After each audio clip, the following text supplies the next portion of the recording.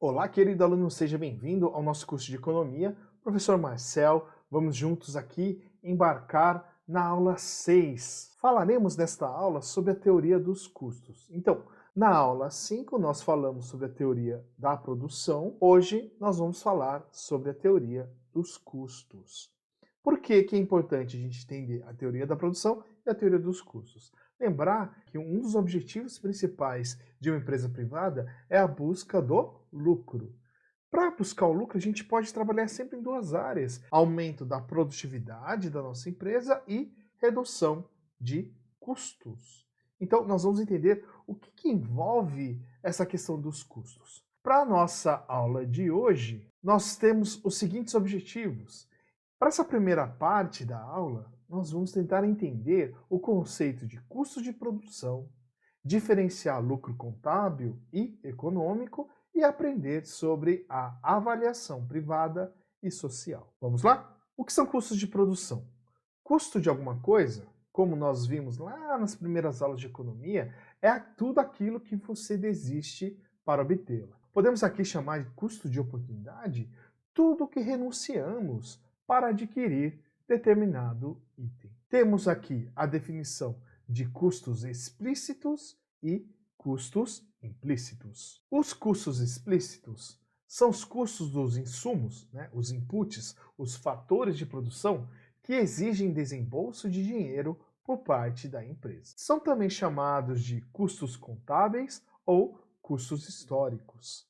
Nós temos como exemplo aqui os custos com matéria-prima, o pagamento de salários, aluguéis, contas de água, luz, internet, quantidade de papel para escritório. Tudo isso são custos explícitos em que há um desembolso monetário, um desembolso de dinheiro por parte da empresa. Esses aqui são bem simples de quantificar, a gente pega os extratos, é uma parte mais fácil do engenheiro perceber. Quando nós passamos para os custos implícitos, fica um pouquinho mais difícil. Por quê? Os custos implícitos são aqueles custos dos insumos que não exigem desembolso de dinheiro por parte da empresa. Por exemplo, o aluguel de um imóvel próprio.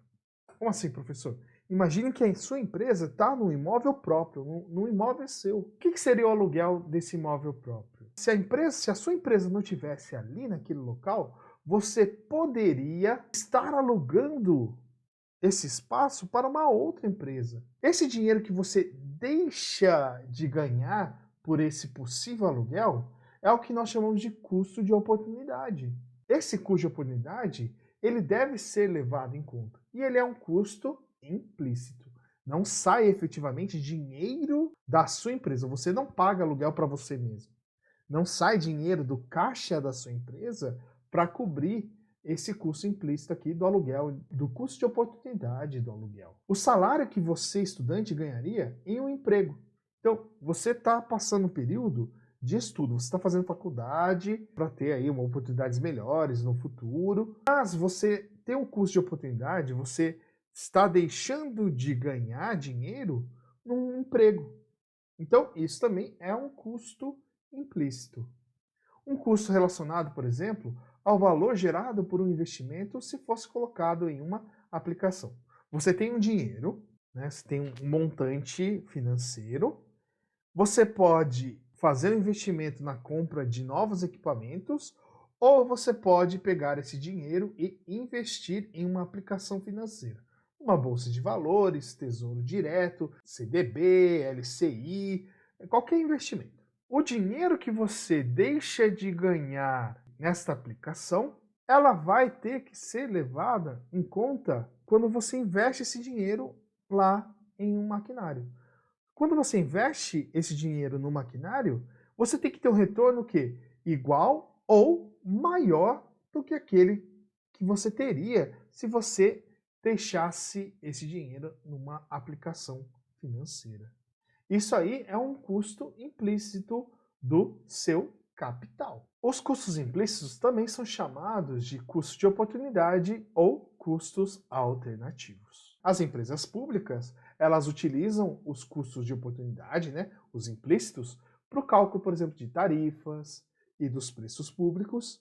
E as empresas privadas, elas possuem mais um enfoque nos custos explícitos, que afetam seus balanços e demonstrações financeiras, porque custo explícito é tudo aquilo que sai dinheiro do seu caixa, do caixa da empresa, para ser pago. Às vezes utilizam os custos implícitos, principalmente em planejamento orçamentário. Olha, compensa a gente fazer um investimento, uma melhoria, compensa a gente fazer uma expansão ou a gente manter esse dinheiro parado? Então, quando nós fazemos esses planejamentos orçamentários, estes custos implícitos precisam ser contabilizados. Qual que é a diferença quando a gente fala de lucro econômico e lucro contábil? Para uma empresa ser lucrativa economicamente, a receita, que é tudo aquilo que entra pela venda dos produtos e serviços, ela deve cobrir todos os custos de oportunidade, tanto explícitos quanto implícitos. O lucro contábil é aquele que os contadores geralmente utilizam. O que é o lucro contábil? Você só considera o quê? Os custos explícitos, aqueles que sai dinheiro do seu caixa para cobrir. O lucro contábil, ele é dado pela diferença entre a receita, tudo que entra, por aquilo que sai para cobrir custos explícitos. Para os economistas, é necessário ver a empresa não apenas do ponto de vista dos custos explícitos. Nós precisamos levar em conta aqui os custos implícitos, que são aqueles custos de oportunidade, de um aluguel que você deixa de recolher, se você é o dono da empresa, quanto você ganharia se você estivesse trabalhando em outra empresa. Então, tudo isso é custo implícito e que precisa ser levado em conta para ver a saúde do seu negócio. Se você não está cobrindo os custos implícitos e está tendo um trabalhão, compensa você parar tudo e aí alugar o seu galpão, você trabalhar para uma outra empresa, porque não está tendo um retorno suficiente para cobrir esses custos implícitos. Quando a gente atinge uma receita igual à somatória dos custos implícitos e explícitos, o meu lucro econômico é zero, eu vou ter aí o chamado break-even econômico, né? Que é o ponto de equilíbrio econômico da minha empresa. Acima disso, né, com uma receita maior, aí vamos ter o chamado lucro econômico, que leva em consideração os custos implícitos. Relacionado à avaliação privada ou avaliação social, o que é isso? A avaliação privada é uma avaliação financeira, né, monetária, específica da empresa. Quando nós fazemos uma avaliação social, nós estamos verificando os custos e benefícios para toda a sociedade, derivados da atividade produtiva. Então, por exemplo, numa indústria automobilística, nós vamos fazer aí um aumento de produção. O que seria uma avaliação privada? Os valores financeiros envolvidos no processo de aumento da produção. Vou contratar mais mão de obra, vou comprar mais máquinas e equipamentos, vou fazer a expansão da estrutura física da minha planta industrial. E qual vai ser, por exemplo, uma avaliação social? Custos e benefícios para a sociedade. Nós teríamos, por exemplo, um aumento da poluição sonora e ambiental, um desgaste maior das suas estradas com esse aumento do número de automóveis, da produção de automóveis. É um custo para a sociedade. A gente não pode levar em conta apenas os custos. Por exemplo, quando eu tenho uma indústria automobilística, eu vou ter aqui, na minha avaliação social, um ganho em relação à geração de empregos. Mais pessoas vão ter a possibilidade de ter renda, a gente ter a geração de renda para várias famílias. Este é um benefício social do nosso aumento de produção na nossa indústria automobilística. Temos outro exemplo aqui, ó, um extrativismo na Amazônia. Vou lá e corto madeira, extraio a madeira.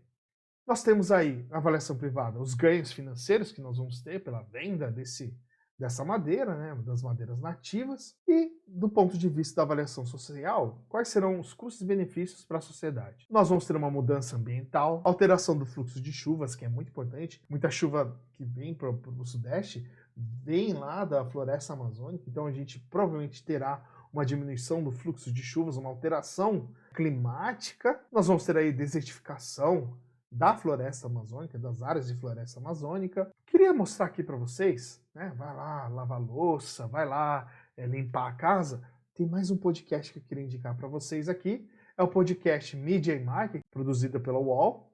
No podcast número 21, eles chamaram a Andrea Álvares. Ela é colaboradora da Natura. Não sei se vocês conhecem a Natura, que é aquela que produz cosméticos, né? Essa empresa tem um quê de sustentabilidade muito legal, um projeto de sustentabilidade muito legal. Então fica a dica aqui para vocês ouvirem esse podcast, para entenderem um pouquinho desse marketing social que essa empresa tem devido aos seus projetos de sustentabilidade. Em vez de derrubar a floresta, você acaba criando projetos para ajudar famílias daquela região, criando cooperativas para a extração de várias matérias-primas que ela utiliza no seu processo produtivo. Nós temos aí as análises das externalidades positivas ou negativas, né? Por exemplo, positivas relacionadas à geração de renda, geração de empregos, melhora da condição de vida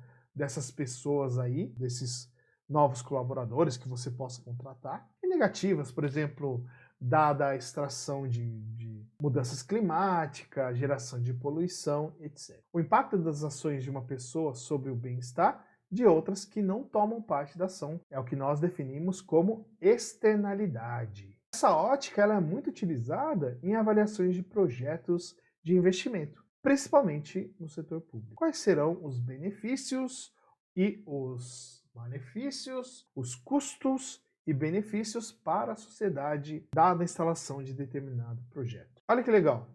Vamos pegar um exemplo aqui da construção de uma hidrelétrica. Pela ótica privada da empresa construtora, o custo a ser considerado é seu desembolso financeiro no projeto, é quanto ele vai gastar para fazer a implementação desse novo projeto de construir uma hidrelétrica. Isso inclui aí os gastos com impostos e encargos trabalhistas. Agora, sob o ponto de vista social, né, de uma avaliação social, impostos e encargos trabalhistas não são custo para a sociedade em sua totalidade, e sim uma transferência de recursos da empresa para o governo. Deve ainda ser considerado o impacto negativo da obra sobre o meio ambiente. Comparando-se os custos social com o benefício ou o retorno social do projeto, a geração de empregos, abastecimento de água, decide-se se o mesmo deve ou não ser implementado. Então, aluno, esse aqui é o fim da primeira parte da aula sobre teoria de custos. Bate uma água no rosto, toma um copo de água e retorne para a nossa parte 2.